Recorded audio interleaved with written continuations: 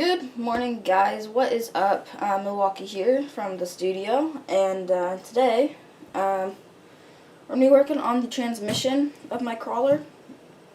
I just want to pull it apart. I have a new spur gear, some new parts for the spur and stuff to put on. Not upgrades, just parts for replacements because these are old and stuff. And just get inside the case, make sure it's all greased up in there, and you know, all that good stuff. So zoom you guys in and start working. Okay, so first take off my MIP drive shafts. The pins that come with these, so the pins that come with the MIPs, there's two grub screws on either side. So there's a hole there and there's a hole there. So there would normally be a pin that went in either side, but I got some 13mm screws that just go all the way through. And that works really well because it goes all the way through, obviously. And then you're not having to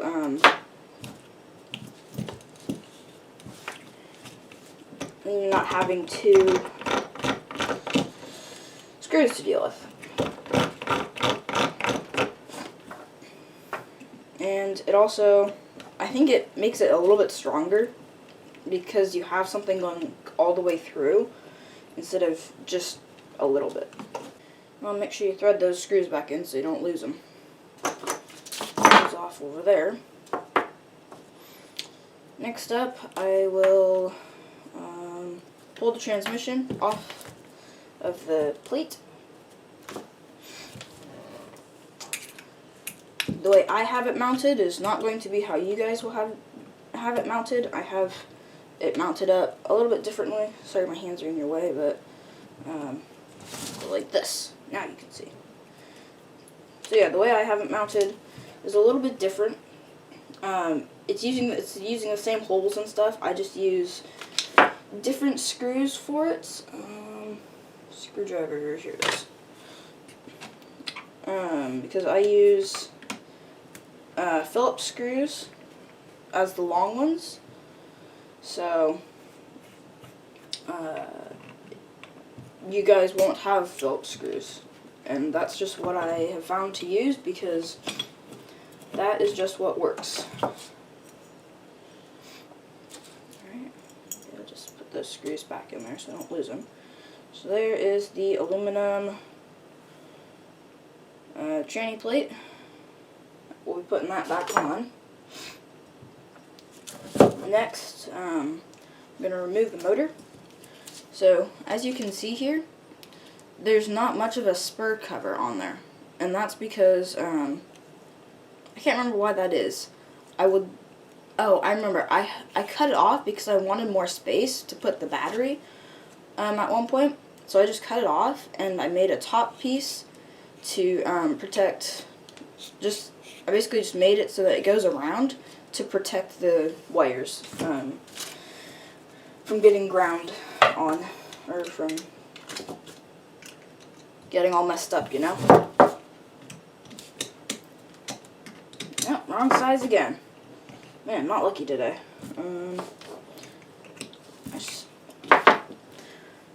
Alright, so I have two size screws, and I picked the wrong size, all the wrong sizes for one of them, and then I go over to the other one, assuming it's the same size, and I picked the wrong one.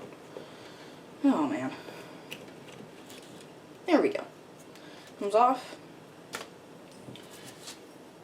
And that's the inside there. Pretty grubby pinion gear on there, so we're going to be replacing that. I am currently awaiting, at the time of this filming, which is not when you guys are seeing it, it's going to be a week or two after I'm filming this, that you guys will actually see this episode. So I'm currently awaiting an 8-tooth pinion. Yes. No. 7-tooth pinion. And you heard that right, a 7-tooth pinion. That is tiny. Not for this motor, for the new motor. I also got, well, yeah, that's all I got for the motor. But I have a 12 tooth that I will be putting in or using as a substitute today. Alright, cool. So we can get rid of this giant motor. Maybe my dad will use it in his Emax with the old ESC. Put that up on the shelf and set those aside. I'm going to pull apart the transmission so that we can just get in there, see if it needs any grease or anything like that. But before we do that, we need to pull the spur gear off.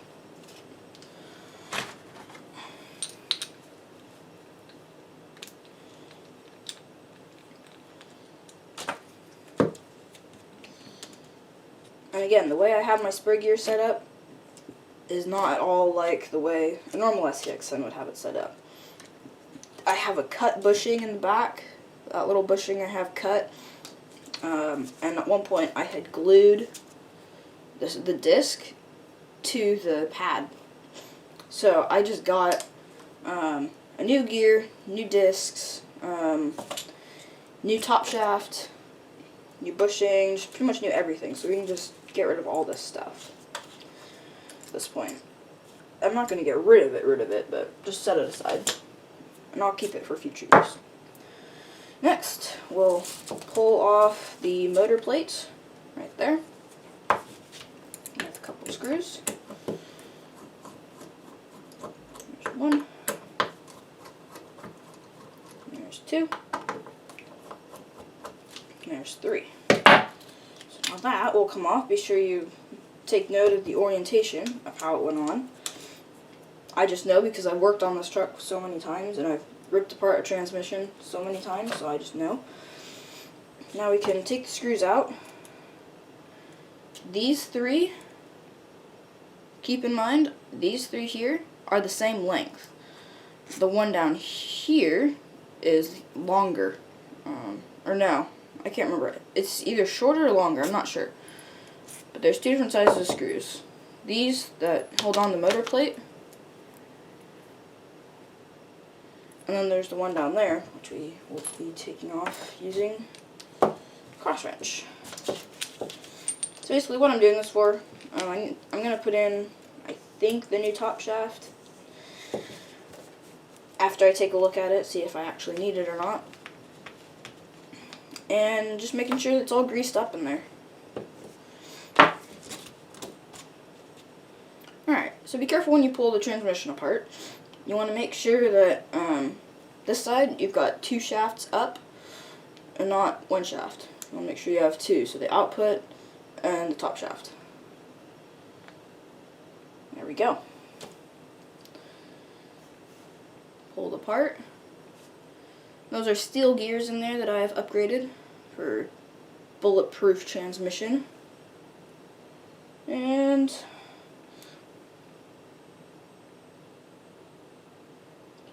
it's got some grease in there. It's actually pretty mucky grease, so we'll go ahead and put some more in.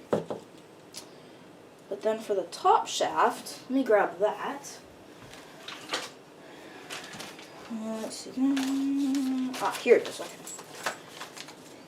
Those over there. So this is the top shaft. I'm still deciding. Yeah, we'll go ahead and put that in.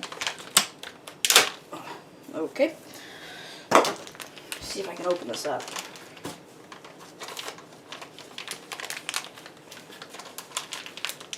These bags are always so tough. Get the bushing out. There we go. And the shaft itself. Put that away. So now we can pull out the top shaft and the gear. Be sure that you keep those two bearings on there. Just carefully pull those off. Let's see, I can't remember which way this goes. So there is a pin in there to lock that gear. Alright, hold on. Let me get this off. Heck, if I even can. Okay, you know what? I need to go pull this off with, oh wait, whoops, I forgot. Okay, here's a good teaching point. So on this shaft, there's a pin right there, and that's what that gear slides onto. So you slide the gear back, push the pin out, then you can just pull the gear and pull the bearing. I think.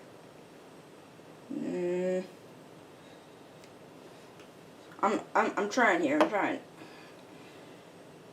Okay, you know what? I need to go press this out with a bearing press, so I'll be right back. Alright, back with the bearing out. I didn't press it, I just took a hammer, so I just took this, stuck it in a vise, and tapped the pin out, or the shaft.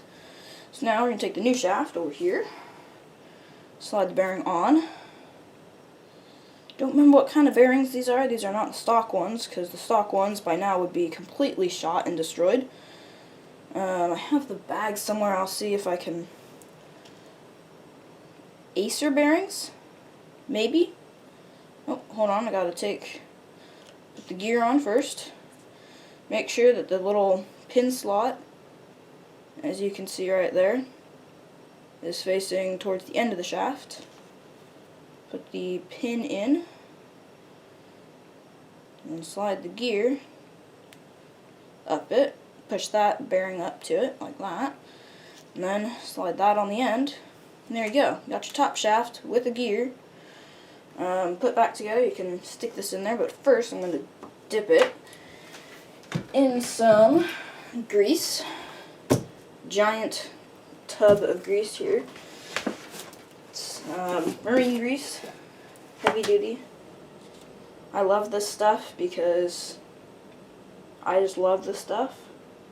Just going to glob a ton of it on there. So then when we put it on in the transmission, it'll all just kind of goop itself on there. Wipe some of that on. There we go, and that'll work its way around.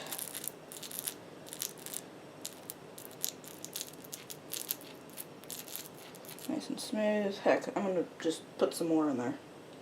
You want to be sure that you don't pack it though. That's the one thing that you should not do, is you shouldn't pack the transmission with grease. You should apply thoroughly, but you should not pack it. That's the one thing that I have heard people say, is that you don't want to pack the transmission. Or the diffs or anything. You don't want to pack them, because otherwise it's not going to work very well. Put that up there. Alright, now we got that all greased up, we can go ahead and stick it all back together. And I'll come back once I have this all put back together in one piece. Alright, so got the transmission back together. I turned some more lights on because it was getting a little dark in here. So yeah, got the transmission back together. Spinning nice and smooth. Yeah, sounds good. Don't see any grease coming out, which is good. This is a Boom Racing transmission case, by the way, just if you wanted to know. So, for the slipper, which is not going to be a slipper, because I don't find any use in slipper clutches, other than the fact that they just don't, not that they don't work, it's that they seem kind of pointless to me. I mean, sure, you can save a motor with them. Ow, I just dropped the driver on my toe. I find them kind of silly. Some people might find it useful because you can save, like, your gear or your motor or whatever, but for crawling, you just don't want a slipper clutch. It just doesn't work, okay? So, got the spur gear. Now, these are not the axial slipper pads, because it just needs to hold it. I just want something on there that's, like, fairly close to stock, and so this is what they had. It's ECX. I've never had a part from them before, but what the heck. I think it'll work. Based on sizes and stuff, I think. that should work. Oh, I suppose I should probably be showing you these parts. Hold on. Yeah, okay, so for the top shaft, or the drive gear shaft, is that part number. This is the spur gear.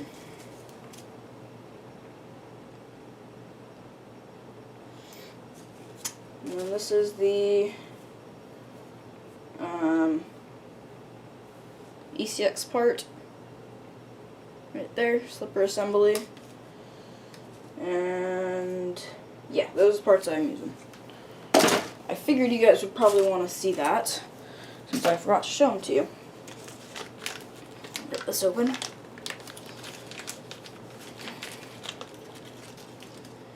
So now I hope that these slipper discs will fit on this shaft. They should. Alright, awesome, they do. That's good. On, please. Thank you. The one thing that I am worried about with the new motor is the fact that it has a very short shaft. Shorter than most motors, so I don't know how exactly, I'm not sure how far out the spur is going to sit. So I'm not sure how well the pinion is going to mesh. So these are the little slipper pads. There's an adhesive on the back, you peel it off, you stick it on. And they won't quite fit, but I think that's okay. I don't need them to fit super well necessarily. So I'm going to go ahead and put these on. The sticky stuff that is on the back. And I mean, just try and get it centered. That's close enough. It's just going to be clamped on there super hard anyways, so it's not like it needs to be on there real well. It's just going to get smashed on through driving. And plus I like the blue color a lot better than the Axial red. But I'm surprised Axial didn't use green, because that's their color.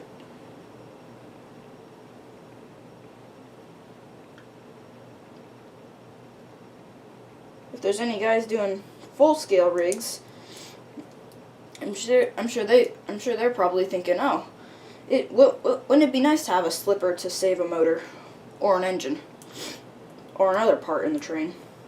Okay, so got those on, and I'm just gonna wrench down on this super hard so it just grabs so that it won't move. Get the little bushing, slide that on there, and put one plate on, and put the spur gear on, and the other plate. So, you see all that space there? Yeah, right there. I can stick my finger in there. That's a lot of space, and I really didn't like that originally. Okay, so we'll just put this on there like that for now. And then if it needs changing, I will change it. I think it'll be alright though. Since I'm not really limited in space here.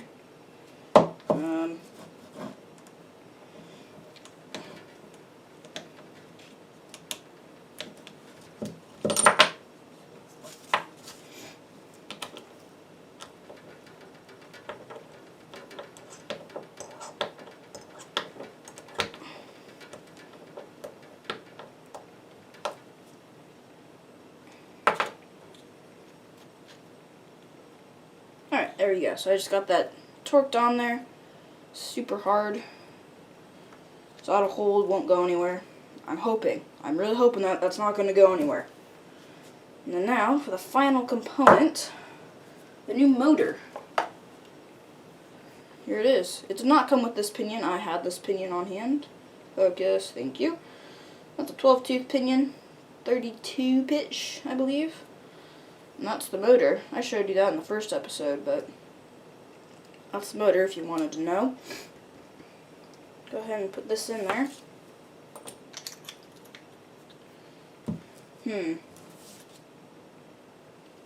It's not quite, let's see, like that. It's not quite meshed up good, but I think if we move it out just that little bit, I think it'll be okay. I'm going to try and get a couple screws in there so it'll hold it. Wherever they went. Where'd those screws go? Oh, here they are. Alright, there we go. Got the motor in, and it just happened to be that I got the perfect mesh somehow. I just completely eyeballed it and got an awesome mesh. And if you are wondering, I have already tried this entire setup. I already plugged the motor in to make sure it worked. I already did everything like that to make sure that it all works. So, I did do that. That's why I know that this works. Not with the new parts or anything, but with all the stuff over there. So now, I'm just gonna loosen up the pinion gear. Slide it out a touch. There we go, just like that. There's still enough shaft in there to hold it on. There we go. I'll probably end up adjusting this a little bit so that the spur gear is back more, because that sticks out quite a ways for my liking. But I'll probably end up moving that back, doing some more adjustments. I just wanted a new gear, because the old one, there's nothing wrong with it. It's just chewed up. It's disgusting. I don't want to use this thing anymore. I mean, I'll keep it for a backup, but you know. And then finally, put the transmission back on the plate.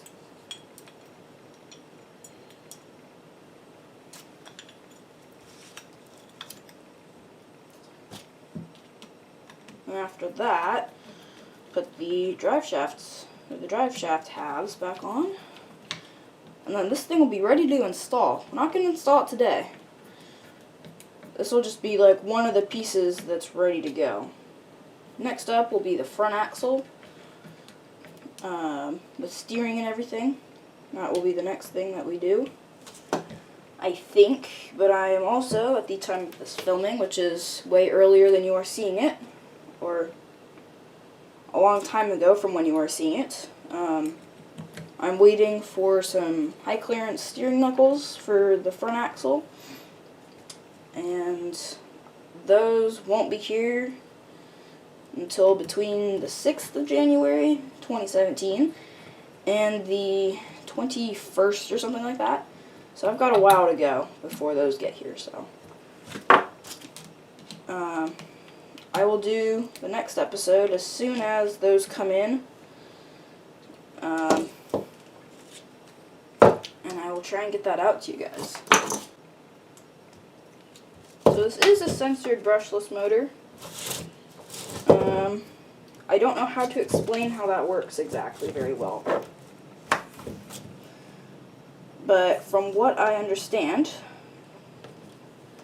how it works is there's sensors and it's really hard to describe, but so in the motor there's the armature, so the center that spins around, right? It spins around magnets. And so there's the sensors in there sense at what position the armature is at, and so if it's not at the point that it's supposed to be, it will keep on trying. That's an easy way to explain it. There are other much more complicated ways. That's just how I have understood it.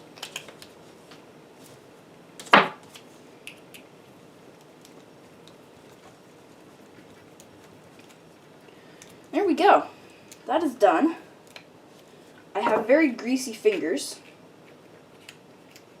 And that is loose. Why is that loose?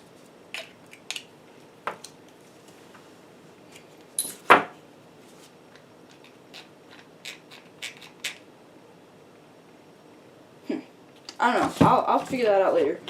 It's rubbing up against my cover. Oh, that's why. Because this I pushed the gear out farther. So, with greasy fingers, I hope you guys have enjoyed. As always, please leave a like, subscribe, comment down below. And I'll see you in the next video where we are going to work on the front axle, which is up there on the shelf. I'm excited for that. I'm excited to get this thing done. But I'm being patient filming it for you guys, so you'd better be happy. So, I will see you in the next one, guys. Goodbye.